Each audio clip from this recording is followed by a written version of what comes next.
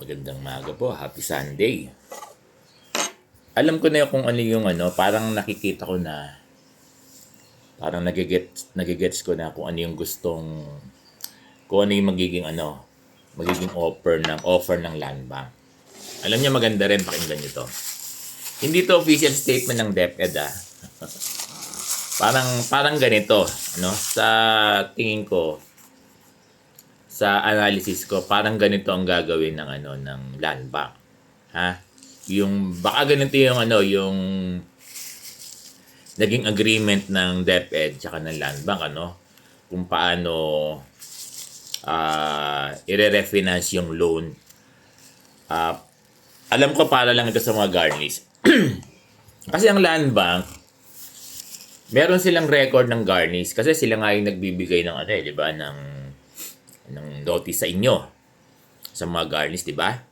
So alam ng land bank, may record sila kung sino mga guro ang garnis at sino yung at yung amount ng garnis, yung amount na ibabayad doon sa plaintiff.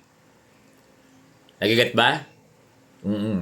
May record ang land bank ng name ng garnis tsaka yung amount kung magkano yung total amount ng garnis at yung name ng company. Alam ng land bank yan. Kung sino yung company na pinagkakautangan nyo. Tingin ko hindi ito yung hindi ito yung mga PLI na credited ng Hindi sila. Hindi po pwedeng i-apply doon. Yung iba-buyout nila halimbawa East West, City Savings, parang hindi ganon ang mangyayari. Parang talagang yung ang iba-buyout nila, yung i-refinance yung utang mo kung saan kung sino yung nag-garnish sa'yo. Yun yung pagkakaunawa ko. Di ba? O, halimbawa, nag-garnish ka kay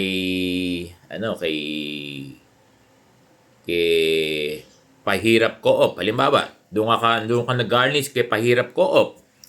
Sinisingil ka ng 350,000 ni Pahirap Co-op.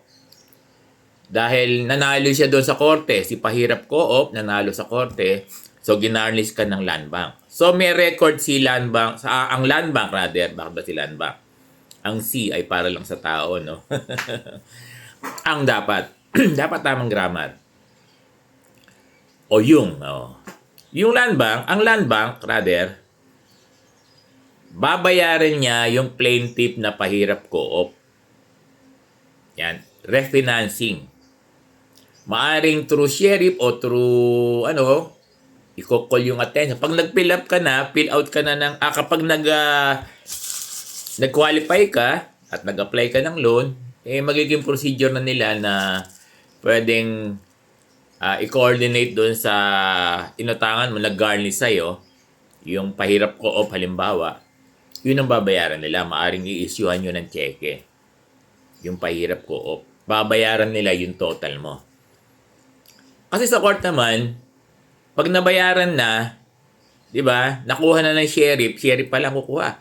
Nabayaran na ng sheriff at na-receive na nung Pahirap Co-op, okay na.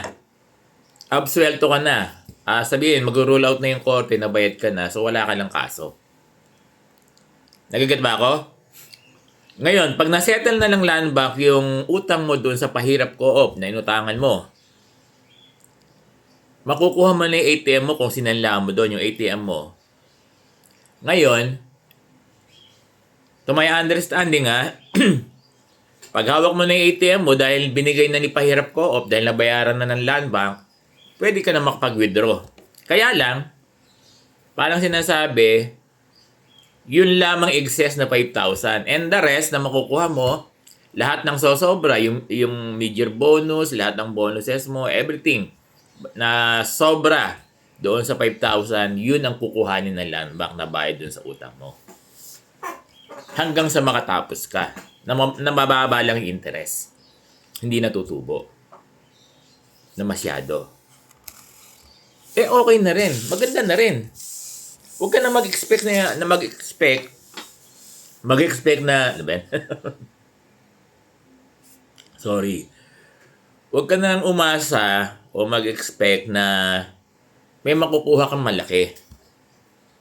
Na 10 years loan, gusto mo makakuha ng malaki. Ito para sa mga garnis. Okay na yun kaysa wala kang kinukuha. Napakaganda ng offer. Ako napakaganda ng offer na ito. Di ba sa land bank naman sa essay naman sabi ko basta may makuha lang Supreme Court So napakagandang offer na to. Kasi sooner or later, ano lang gasino lang yung 300,000 kung malalaki naman yung naiuhulog mo buwan-buwan. Di ba? Yung mga mid-year mo, matatapos mo yan kagad. Ganun yun. Di ba? Again disclaimer. Ito yung analysis ko na mangyayari o parang gagawin.